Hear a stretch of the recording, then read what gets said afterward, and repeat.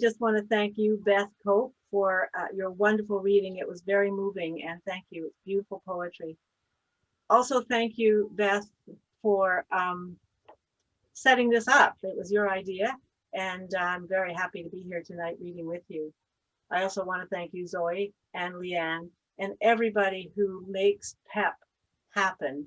It's a wonderful entire enterprise in this city that keeps poetry happening right here in this community, and it's really great. I want to also thank the BC Arts Council for financially supporting me through this project, and also the McLaughlin Gardens residency program, where I spent part of the summer in 2018 and where some of this poetry was written. I also want to thank Pat Hurdle, whose life is represented in this book, and she allowed me to write about it, and that was great. Also, my lovely wife, Chris Fox, who was one of my first readers and very helpful all the time. Yeah. And also, I do want to acknowledge that I am reading tonight, humbly and sincerely, on the Coast Salish unceded territories. And I'm always grateful for that.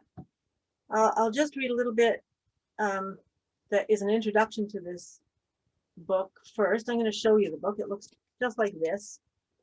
Yep. And sorry, also, Arleen, can you do a brief description of it for those who can't see? Oh, who can't see? Yes, it's on really beautiful, heavy paper, very thick and rich, and it has first all down the latter page, latter part of the cover, and it's kind of a buff color. It's quite lovely. And so you were asking about the two books, First and Last. First is about my relationship with my first best friend, and that was Pat Hurdle. And Last is about her dying. She died actually a year ago today. I was just up at the burial place where she was buried last year on the weekend. And so that book called Last is a chapbook, and it's about the event of her dying. She died with medically assisted dying, a medical person in charge, and it was quite moving. And so First and Last do have quite a bit to do with each other. So I'll begin. This is the prologue, and it's just an introduction to the book. The book is about my search for Pat, and then it's also about firsts in general, and especially first causes. How was the cosmos developed in the first place? Pat Hurdle and I met when she was 6 and I was 5 years old. We became best friends. When I was 9, I was made to change schools, Protestant to Catholic. This was the first interruption of our friendship, a terrible pall. Her mother died when she was 14, a second worse pall. When I was 18, my family moved across town. Pat and I drifted, at first just a little, then a lot. I lost track of her.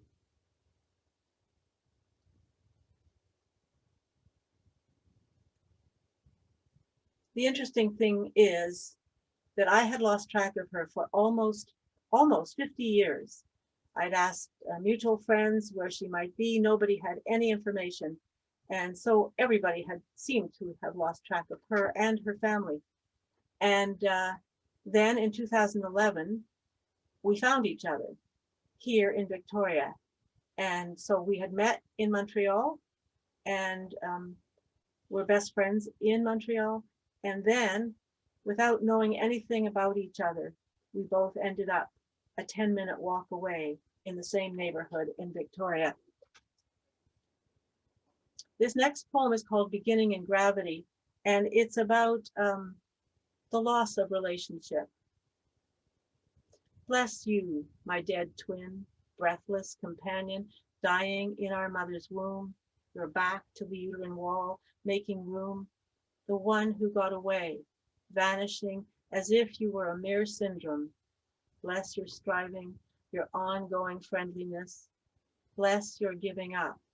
Fetus, papyrus, petals of white bougainvillea, starved or fated, struck with misfortune some hour of day or night, in slow revolution, how I still carry you, how you carry me, missing, how much we are missing. Bless your likeness, your lucent weight, eternal syncopation, your slow disintegration, continuous, your courage, mine.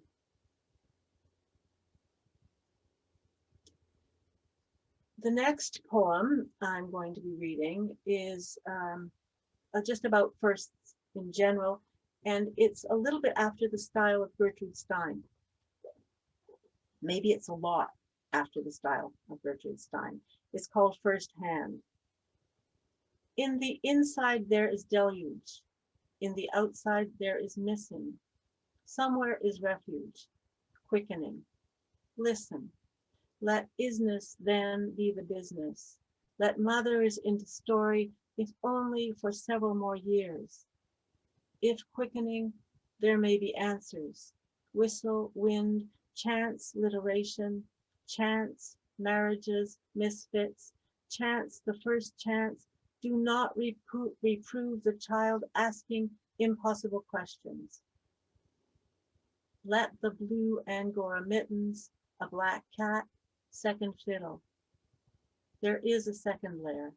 Liar, liar, pants on fire. Never mind. There is always porridge with a sift of salt and garbage bins under the sink whispering misery in a low, off-key pitch. Cinch your belts. No one here is as rich as you may wish. Hey, diddle, diddle, cat and caboodle, towels, spoons, a cat in a fix. In the inside, there are two. In the outside, there is one, and one sitting, unseeing what will be missing. Heaven whistles by in its infinite high fevered way, tin whistle stops and lingerie, sassafrage and lingering and tips, Q-tips. Second story is higher than first. Pinch me if I'm wrong. Never mind. The second story is typically too long.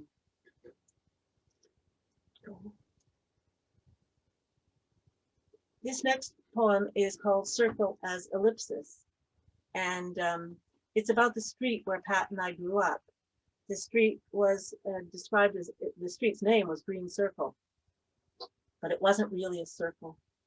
And on this street were just a passel of girls, all around the same age. There must have been about 12 of us, hardly any boys at all. So we formed quite a gang, and we grew up that way on the street. It was, you know, in the 50s when everybody was allowed to run ragged and all over the place, ranging everywhere. So this street is called Circle as Ellipsis. Green was the circle's true name. Half ellipsis was the circle's true shape, orbiting the bungalowed brick, spawning girls. All the girls wore jackets of green, fairy lore, woven leaves, mosses, and pale fescue grasses, a green mesh of girls, friendships and fights. Some wished for flight. Every birthday, when they blew out their candles, they wanted to fly. I make half of this up. Some wished for kindness, a new dress, a good mark.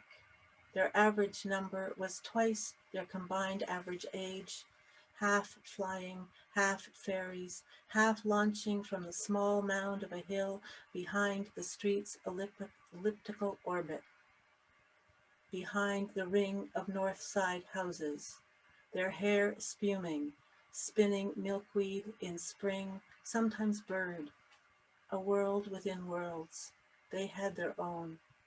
In their mouths were thin green stick twigs, pussy willows, sumac, marbles, pink bubble gum. Their teeth were small and imperfect, their shoulder blades, wing bones, unfeathered. Their feet were rubber soled. Now, I know it's a common convention to say that children are innocent and good, but that wasn't all true on our street. And I remember quite a few fights and quite a few tough games. And also, some kids were more targeted than others. And especially if you were new, it was a dangerous place to be. So this poem is called "In Which the New Girl is Punished for Being New." There is preference, there is friction, fear, there is mathematics, which is not heart to heart, but is nonetheless a strain of language. There is 2 plus 2, but not in this universe. Infliction, yes, initiation, intimidation, and a skipping rope. No one knows the particular inducement that day. 3 girls with a plastic rope does not equal 1 girl with none, does not equal skipping, though a skipping rope that day was used. Silent, almost silent at the start, at the end, on the legs and arms, around the waist, not so much her face. There was silence in the street. The rope was red. It carved a high S in the air, in the chase, a banquet of girlish pique, boredom, fear, hunger. It was 5 o'clock. Finally, from an opened door, a mother's call to dinner. They hardly used their hands. No one ever said, springtime in dying sun. No one could see even her shadow.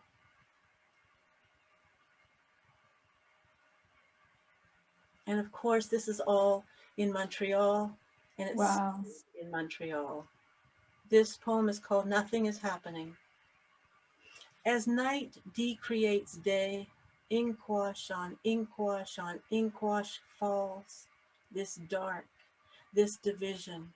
Winter nights begin in late afternoon. I am 8 years old. Snowbank, snow fort, late afternoon, and I raise an icicle frozen telescope to my freezing right eye, pierce through to the stars, back to the start, the first. The Planck epic is not start enough. So many constellations. So young, I am freed time to time from the cupola of clocks, now swathed in mountains of snow, as snow buries the place from where I comb the navy blue sky for what stands in for roof. All things can be imagined, all things can be known. No, this is not true, for sure. That division, first from the rest. For sure, the glass square in the bricks of the house lights up behind me, amber and steam. I don't have to look. Far as the far chinks in the vast dark over my head. That house. My dinner is being prepared, but not yet. Stay, stay inside the billowed blanketing snow. Ice cube is to star as here is to unknowing. For sure I am alone, stuck inside time. If not, then what? How to locate infinity. A cubist face is to a child's face as time is to the face of the world. Pearl-hued or cold, absurd, white gauze or fast, soft. The sound of rice in a sieve, breath of a fish under ice. Beautiful. Cosmologies. Those winter nights, the stars replete, as though seen from the Sahara. We lived in a suburb, a form of desert, fathomless space, miles of linoleum, sandless, tarred driveways, crazy eights, ordinary matter, which is what we are made of. Gravity, light, the stars, those nights, sweet points on black, a freight train blowing straight through behind the north line of houses, every night howling through the suburban flatlands, the silent nowhere of this almost empty terrain, the speed of the train flat-lined under the stars, rail cars, thunder dogs, a comfort, as the stars were a comfort, their shine so real around us, wonder and roof. And this is the last piece that I'm going to read. It's not exactly a poem, but I hope it counts as poetic. I introduce the girl sleuth, Nancy Drew, into this book because I had two mysteries. I had the mystery of losing Pat, the mystery of the lost Pat Hurdle, and I had the mystery of the cosmos. And it seemed reasonable to me that I would introduce Nancy Drew into this mix. So I did. And this is the introduction of Nancy Drew. I hope most of you have at least an idea of Nancy Drew, or maybe have even read all her books. I know I did. So this is the end. I will finish with this, and thank you all for listening. Waking up as I usually do in the middle of the night, anxious as I usually am, concerned about details, devils in the closet, snakes under the bed, and so planning a leap into my sister's safe bed an arm's length away, as I usually did, but waking this time mid-November to the sound of a pen scratching on paper, not the hot hiss of devils, the dry rustle of snakes. She was in my room, perched that night on the low padded stool that matched my dressing table, notebook in hand. I thought she could be one of the low lurking devils, but when she spoke, I noticed her New England accent, her phrasing. I had read The Bungalow Mystery. "Oh," she said, "of course, you weren't expecting me. Nancy Drew at your service," she said. "Bungalow mystery?" I whispered back. "The mystery of the old clock? George and Bess? Devils in the closet?" "Nope," she said, "not anymore." "You solved it?" "Yes," she said, "it was easy. But I understand that you've been wondering, or will be wondering, about the origins of the cosmos. I'm here to check in. Random selection. People interested in, even kids, especially kids," she said. She had her own questions. "Apart from notions," she asked, "of first day, first word, first best friend, what do you think constitutes the concept of first?" I had no idea what she was talking about. "What happens before first?" she asked. I sat up in my bed. I was 9 years old. Had she asked Pat Hurdle? I said, "Wait, you're Nancy Drew, right?" Just to make sure. "Does first not indicate a beginning?" she continued. "Maybe a location of sorts, a timing, something that goes before, an antecedent?" "And if there is no beginning," she said, "what could first possibly mean?" Never delusional as a child, and not much more now, this incident, this sighting of Nancy Drew on this page, I have to admit, might be a conceit, which raises the question of conceit of the other variety. Conceited was one of the worst things you could call someone when I was growing up. Much more appealing to be considered modest, to know your place. But here is Nancy Drew, herself a conceit, evoking the issue of mystery, the unanswered, still aiming for solutions, a conceit, part of the story. I asked, "Why?" She stopped writing. "My sister did not wake up." "I've been hired to solve a mystery," she said. "It involves the cosmos." And I'm thinking, oh yeah, Nancy Drew, that really is a little conceited. Thank you.